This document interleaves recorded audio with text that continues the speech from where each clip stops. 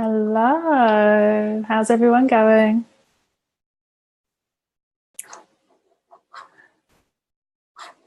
Just fiddling around with a few things. Just bear with me for a moment.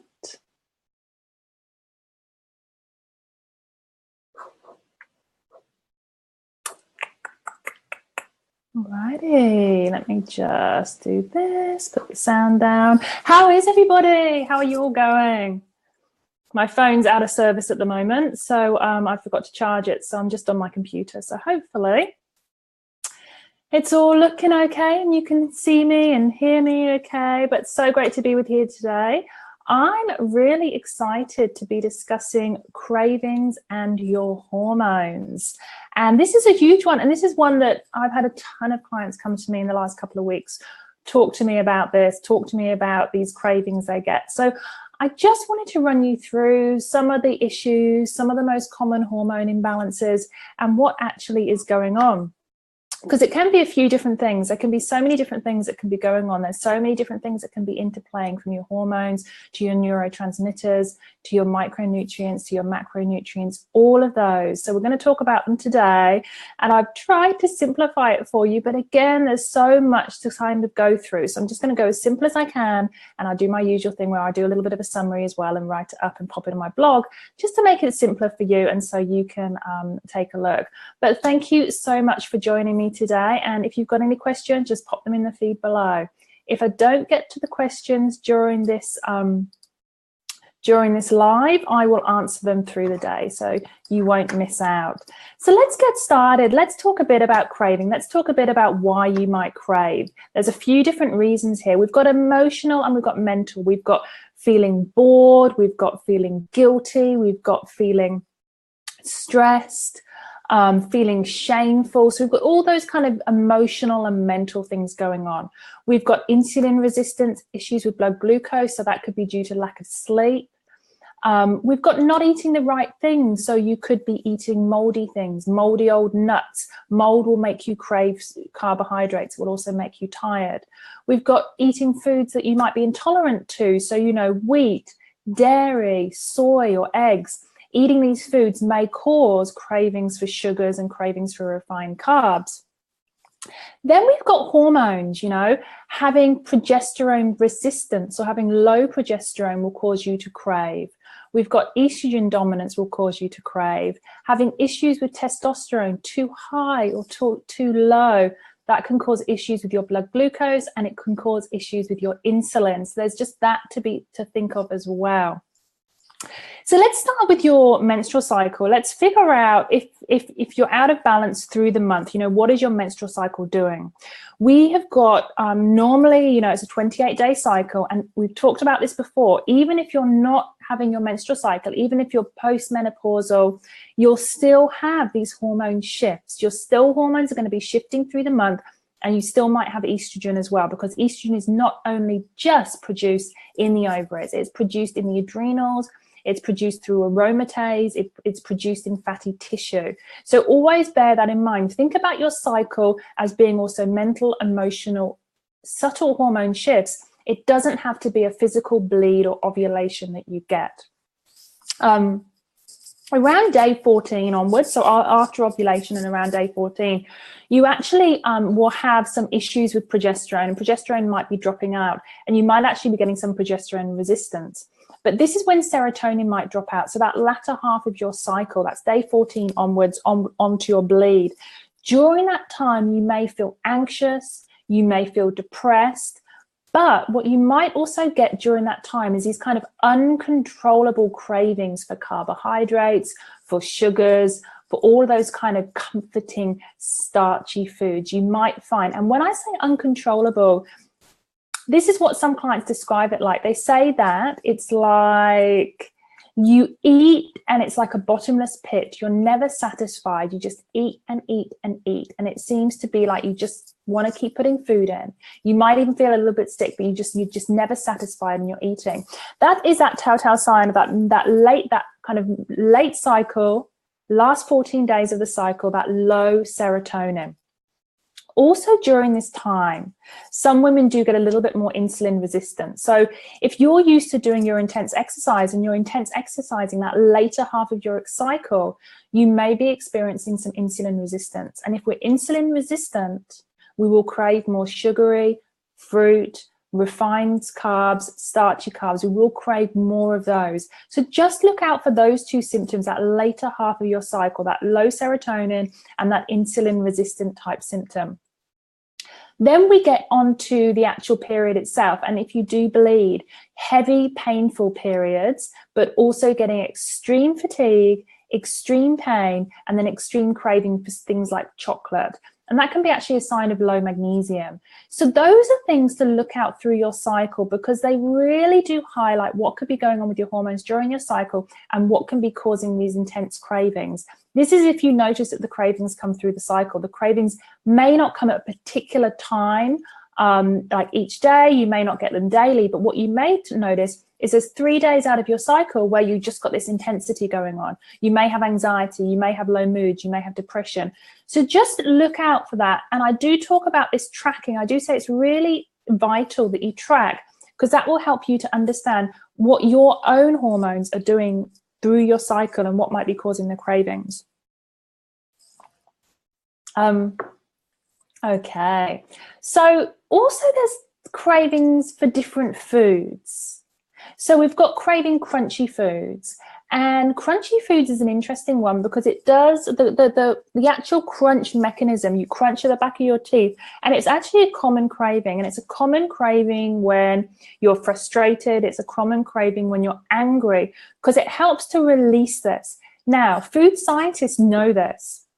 Makers of food know this. Nestle knows this. All of these food, they know this. They have food scientists creating foods. And if you look, foods seem to be getting crunchier and crunchier and crunchier. They're making crisps to be more crunchy, breakfast cereal to be more crunchy. It's kind of an addictive thing, that crunch. And you might know it yourself when you're really dying for something crunchy. You just need that crunchiness, or even really strong chewiness, even chewing gum, something that's bearing down on your molars. And that's a sign of that. And again, that anger, frustration, it can be in a bit of addiction to that crunch. So, you know, you might want to opt for things like vegetable sticks. You might want to opt for things like carrots, things like celery, things like nuts, which help with that feeling, but also then understanding, you know, where that feeling is coming from. I know one that I have, and it's that crunch, you know, that crisp on the outside, kind of like the crispiness on the outside of like when you make a pie or you make like a bake or something like that. And I always go for the crunchiest. My partner's funny, he doesn't like crunch. It's interesting, it actually irritates him. Must be something to do with his vagal nerve. I'll have a think about that. He can't eat like crunchy toast. It annoys him. So you know, I always go for that crunchy bit on the back of the pie. So have a think about that, and have a think about if that might be an issue. Also, if you're stressed, you're more likely to crave sugars, and you're more likely to crave stimulants. So you might go for that can of Coke, you might go for that coffee, you might go for that wine, that cigarette, or even drugs. So you might opt for something else that you're craving, really intensely craving. That can be at the end of a hard work day, a stressful week, and that's more to do with that adrenal stress, that fatigue, that you're craving the stimulant. And then dairy is an interesting one, and I see a lot of kids being a little bit addicted to dairy, and that can be due to a few different things emotionally. You know, you've got the boredom, you've got the stress, but often low dopamine can trigger that craving for dairy, because the dairy does help to initiate the dopamine receptors. So have a think about that. If there is a dairy, do you crave cheese? And I know when cheese is in the cupboard, people say when it's in their fridge, they're constantly going back for more, so they either have to not buy it, and that's because you're getting those dopamine hits coming through with that dairy. So that's an interesting one to think of. Okay, just seeing if oh, there we go. Sorry, I had a little bit of an issue technical. I almost closed out. So low progesterone. Low progesterone is a very common hormone imbalance. And, you know, apart from a sluggish metabolism, you could be getting other signs, which could be heavy, painful periods, bloating, anxiety, insomnia, issues adapting to stress, water retention, and sugar cravings. So sugar cravings with low progesterone. coupled with progesterone issues are serotonin issues. So if you've been to a naturopath and you've had your hormones tested and you're high or low progesterone, or you're displaying symptoms of low progesterone, then you may have a low serotonin. So I definitely work on those serotonin levels. Progesterone resistance is a very interesting one, and a very, very common hormone imbalance that can cause issues with food and that intense wanting to snack. And causes of that can be, high cortisol. Causes can be the low serotonin, low GABA, low B6 and low zinc. And also if you're exposed to progesterone, so if you're on the marina or you're taking progesterone cream, so just have a think about that. And estrogen dominance can also cause progesterone resistance. But what I have found in clinical practice is progesterone resistance comes with stress and low serotonin. So those are the two areas you probably need to focus on first if you find you're getting those intense cravings. When your cortisol is too high, so cortisol initiates, cortisol triggers the glucose that's stored in your body to be mobilized. So what cortisol does, and this is why some of you might wake up with a start in the morning, you might wake up suddenly at like 3 a.m. because what is going on, this is really cool, what is going on, there could be a couple of different things. It could be stress, it could be a nightmare, it could be that you didn't have a very good dinner. And so what's essentially going on is your cortisol is going bam, and your adrenaline saying, wake up, really quickly. And it's a bit frightened because everything's dropped a little bit. It doesn't know what's going on. So it's going and getting the glucose, the glycogen in your body, bringing it into your blood as glucose, and then it's activating that way. So your blood sugar will also spike as well. So this will cause fat gain, but it would also cause those cravings through the day. This is why sleep is so important to stop the cravings. If you have a bad night's sleep, your blood glucose levels are going to be through the roof. Your insulin levels are then going to be through the roof. And this is going to cause sugary craving. You might wake up and you might think, oh, today I don't feel like savory. Today I feel like pancakes, or today I feel like muesli with lots and lots of fruit and lots of honey. So just be aware of that, how you wake up, and understand your feeling towards what you want and what you might be craving could be due to actually your sleep the day before, the night before. So that's another interesting one. Other signs of high cortisol, you've got stubborn weight, particularly around the belly, poor immune function, craving sugar and carbs, and of course pain and inflammation. Actually, I've just hit on something here with a lady I was helping yesterday, because she's been getting damaged. She's a massage therapist and she's been getting damaged a lot, also getting lots of flus and coughs and colds, displaying signs of high cortisol, definitely high cortisol. So bringing that cortisol down will not only help with all those other symptoms, but the immune function as well. If you're getting sick a lot, you really need to focus on cortisol and have a look at what's going on. So those are some of the sex hormones. We've also talked about the stress hormone, and I also want to touch on appetite hormones, because appetite hormones, they can affect your cravings. They can affect the amount of food that you want to eat. They can affect your relationship with food as well. And a lot of people are leptin resistant. And we may be leptin resistant due to a few different things. Maybe we didn't eat enough. Maybe we've done too many diets. Maybe we took fat out of our diet. So there's a lot of different reasons that we might be leptin resistant. But leptin is your satiety hormone.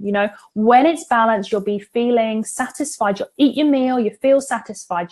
When you eat a meal, you want to feel full, you want to feel happy, you want to feel energized, you want to feel really good about what you've just done and energized to go on and do the next thing. If you feel bloated, if you feel sluggish, if you feel tired, if you're craving after you eat, then there could be an issue with leptin. So just have a look at that. Leptin, as it lowers, it does decrease your metabolic rate, so that will stop you from losing weight, and it can cause that stubborn weight as well.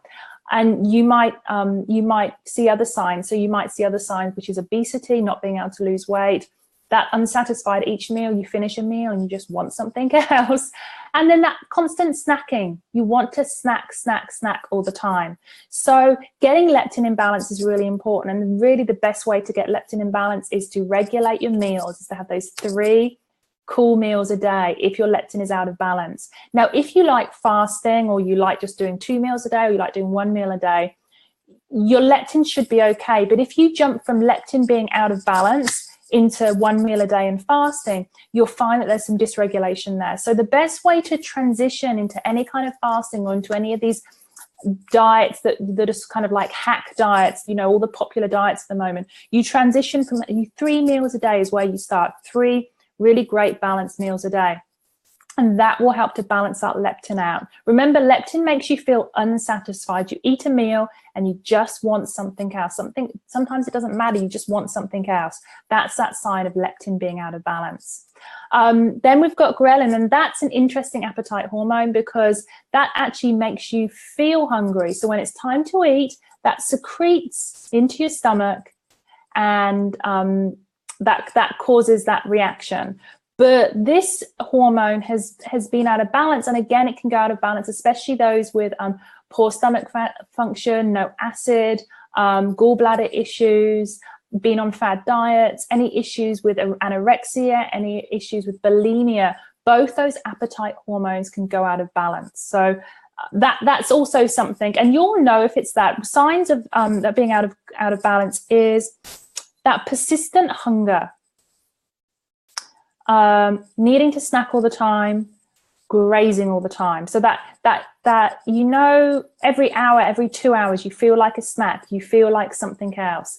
You may have some other physical signs, and also your blood signs might show other things. You might have fatty liver. You may also have insulin resistance, and often you get a lot of fat around the abdomen, so a lot of abdominal fat with those appetite hormones being out of balance. Truly and honestly, the best way to balance those is 3 meals a day with your fat, your protein, your carbohydrate, and lots of vegetables. That's the best place to start. I was a constant snacker, snack. I used to graze all day, and the only way I got that under control was to do the 3 meals a day and add fat into my diet. It really was the only way I could do it. Hi, Emily. Thanks. Yeah, it's really interesting. I was just a constant snacker, and it put me out of balance. I used to even healthy stuff. I used to kind of snack on healthy protein balls and date balls and homemade things, and then make funny concoctions with nut butter and honey and all these funny things. But then when you actually put it together, you realize you're kind of consuming something quite often. And it's really important not only for our hormones, but it's really important for our tummy, so our stomach can clean. We need to have a gap between food. You'll find creating that space between eating is what's going to balance these hormones out. And it's also going to help your small intestine to clean out as well. So if you have any issues with bacteria in the small intestine, bloating, flatulence, reflux, that kind of thing, having gaps between meals and not snacking so much is going to help your kind of internal vacuum cleaner do its job. Okay, so we've talked about why you might crave foods. We've talked about the emotional aspects of it. So maybe boredom, maybe anxiety, maybe guilt, maybe shame. For me, I think it's boredom. I think when I'm bored, and when I'm stressed, actually, no, when I'm stressed, I do notice I go for a little bit more food. But honestly, if I was to be 100% honest with you, I use food as a distraction. So particularly if I'm working, food will be a distraction for me. This is an ongoing issue I have to deal with. So normally I'm really, really good, but if I just, but I'm quite, I'm a water sign, and I'm quite airy, and I find it hard to ground. And so I will always be looking for something to take my attention away, something else, either a new project or something I've just thought about. So my attention kind of does go all over the place, and food is one of those things. So if I know, like Friday is my blog writing day, Fridays I write on Fridays, and now I've trained myself to do that. Before I would be in the fridge or making something, or maybe green smoothie, maybe I'll do this, maybe I'll do a live on Facebook, all these kind of things taking my attention. So once I realized actually that relationship and what food was doing, I was able to actually look after that a little bit more, and stop that. And so every time I feel like, oh, I think to myself, you'll just stay right here until you finish the work. So those are all the emotional and kind of emotional things that could be going on with food cravings. So your environment, how you're feeling, what's going on for you at the moment. Then we've got other things. We talked about mold. Mold is a biggie. So if you eat dry fruit, if you eat nuts, what else? Have a coffee, and straight afterwards you're craving food and maybe feeling a bit tired, then there could have been some mold on that. Particularly last week I gave in, and I don't normally eat dates, but I thought to myself, oh, I saw someone doing a nice green smoothie with a date, and I thought, oh, I'll get that, see how it goes. I had the date, and I was exhausted after. That's a little bit of a sign maybe there was some mold, and dry fruit does have mold on, so just be careful with that. Food intolerance, you know, if you eat some food that you're sensitive to, soy, wheat, dairy, eggs, sometimes even almonds, you may crave afterwards. You may crave food afterwards, normally sweet and refined carbs. Then we've got your menstrual cycle, you know, managing your hormones with estrogen, progesterone, testosterone, and stress in particular. If we're stressed out, we will crave more sugary. You might even crave salty food. So if you're a crisp or salty food craver, that could be because you're stressed out. So we talked about that and about managing that. And then we've got other things, you know, crunchy foods might be because you're feeling angry or frustrated. Dairy might be dopamine, get that dopamine hit. Stimulants might be because you're stressed. Chocolate can sometimes be because of low magnesium. So there can be a few different reasons that you crave. So what can you do about it? Well, we talked about appetite hormones and about appetite hormones causing craving and particularly making you unsatisfied with your food. So definitely, the first thing, and I talk about this every single time, and honestly, this is a first way to starting to balance. You can move on to other cool things, you can do other different things, but this is what works for me, and this is what works for a lot of people. Have those 3 meals a day. Just start off having those 3 balanced meals a day. Some good protein, a little bit of good fat like avocado or some butter or some olives, and then have a little bit of good starchy carb like a little bit of sweet potato, a little bit of pumpkin, basmati rice, quinoa. You could have a little bit of chicken as your protein source, or if you're vegetarian, you could have a little bit of feta, or if you're vegan, you could go with some pumpkin seeds, something like that. So just start there, having 3 meals a day, and see where that gets you. See how much that balances out your appetite and helps the cravings. Next, you've got to get your micronutrients. Your micros are in all those vegetables. You've got to be getting those 6 cups of leafy greeny vegetables a day, salad veg a day, getting your micronutrients into your body, getting the manganese, magnesium, getting the zinc, getting the other ones, getting all the iron, the non-heme iron, other minerals that I can't remember off the top of my head, the selenium, the iodine, getting all those micros in, because those micros will help to buffer and they will do what they need to do. Make sure you get your fats. So make sure you're having fat in your diet, avocado, animal fat, raw olive oil, olives, butter, ghee, coconut products. Make sure you're getting your fat because that will stabilize your appetite, and fat is one of the best things to balance out leptin if you feel your leptin is out.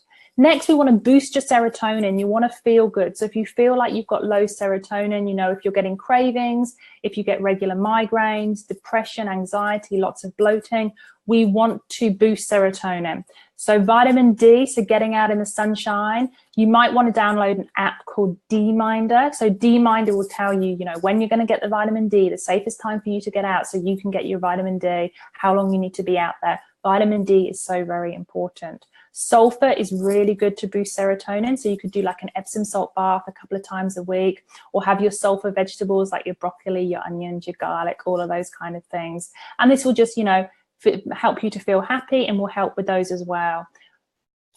Amino acids, so having branched chain amino acids helps with serotonin. Obviously carbs like sweet potato, basmati rice as well helps. So just make sure, you know, if you're going completely carb free, which I know a lot of you are, you're doing completely carb free and you're struggling, you know, you might be doing okay, but if you've gone 100% carb free, as in starchy carbs, not fiber carbs, you may be feeling if you are feeling a little bit anxious, if you are finding you're getting a bit constipated or you're getting low moods or it's affecting your menstrual cycle, it might just mean you just need to bring in a few little carbs into your diet at each meal, and you'll find that will regulate your neurotransmitters, and it might just help to buffer that and to help with your craving as well. So just bear that in mind if you're on a low carb diet or even no carb diet.